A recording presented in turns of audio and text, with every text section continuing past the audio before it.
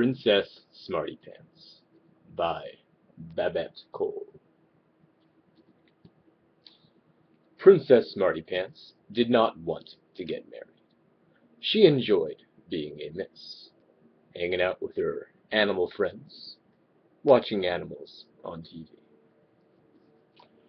As is always the case, because she was very pretty and very rich, all of the princes wanted her to be their missus, and they apparently had the most inappropriate facial expressions at the time.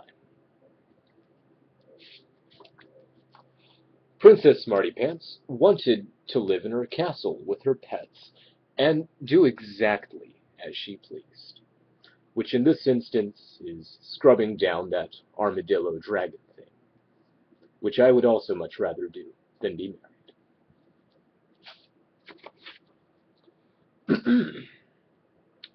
"It is high time you smartened yourself up," said her mother, the queen. "Stop messing about with those animals and find yourself a husband." Suitors were always turning up at the castle, making a nuisance of themselves. "Right," declared Princess SmartyPants. "Whoever can accomplish the tasks that I set out will, as they say, win my hand." She's got something up her sleeve.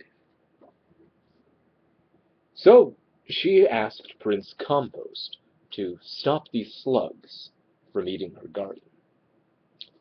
That looks more like a caterpillar than a slug, but at that size, I certainly wouldn't stop it from eating whatever it pleased or tell it if it is a slug or a caterpillar. I would simply call it sir.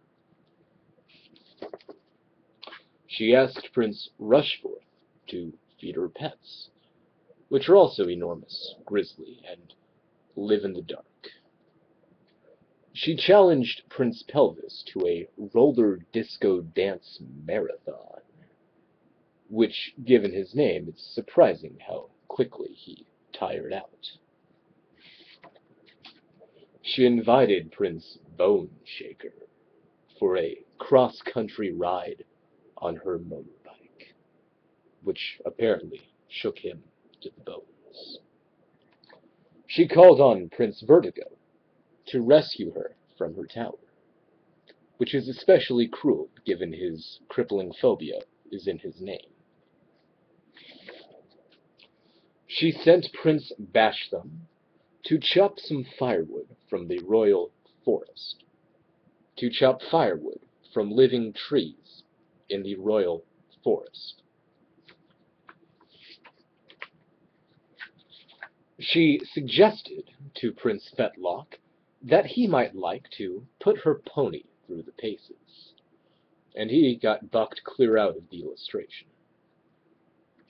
She told Prince Grovel to take her mother, the queen, shopping, which, given he wasn't threatened by enormous monsters, seems that he got off easy compared to the other princes thus far.